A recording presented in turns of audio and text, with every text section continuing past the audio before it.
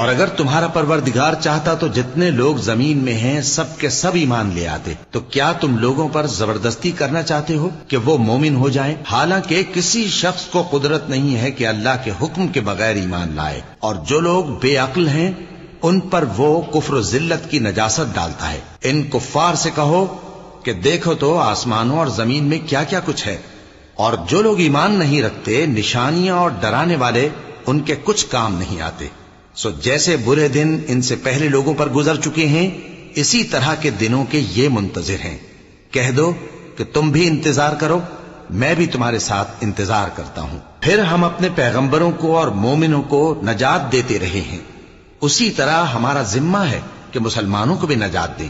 اے پیغمبر کہہ دو کہ لوگو اگر تم کو میرے دین میں کسی طرح کا شک ہو تو سن رکھو کہ جن لوگوں کی تم اللہ کے سوا عبادت کرتے ہو میں ان کی عبادت نہیں کرتا، لیکن میں اس اللہ کی عبادت کرتا ہوں جو تمہاری روحیں قبض کر لیتا ہے.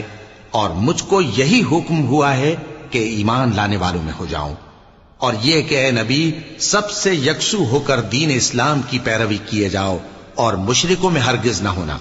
اور اللہ کو چھوڑ کر ایسی چیز کو نہ پکارنا جو نہ تمہارا کچھ بھلا کر سکے اور نہ کچھ بگاڑ سکے. اب اگر ایسا کرو گے تو ظالموں میں ہو جاؤ گے. اور اگر اللہ تم کو کوئی تکلیف پہنچائے تو اس کے سوا اس کا کوئی دور کرنے والا نہیں. اور اگر تم سے بھلائی کرنی چاہے تو اس کے فضل کو کوئی روکنے والا نہیں. وہ اپنے بندوں میں سے جسے چاہتا ہے فائدہ پہنچاتا ہے اور وہ بخشنے والا ہے، مہربان ہے. کہہ دو کہ لوگوں تمہارے پروردگار کے ہاتھ سے تمہارے پاس حق آ چکا ہے، تو جو کوئی ہدایت حاصل کرتا ہے تو ہدایت سے اپنے ہی حق میں بھلائی کرتا ہے، اور جو گمراہی اختیار کرتا ہے تو گمراہی سے اپنا ہی نقصان کرتا ہے. اور میں تمہارا وکیل نہیں ہوں.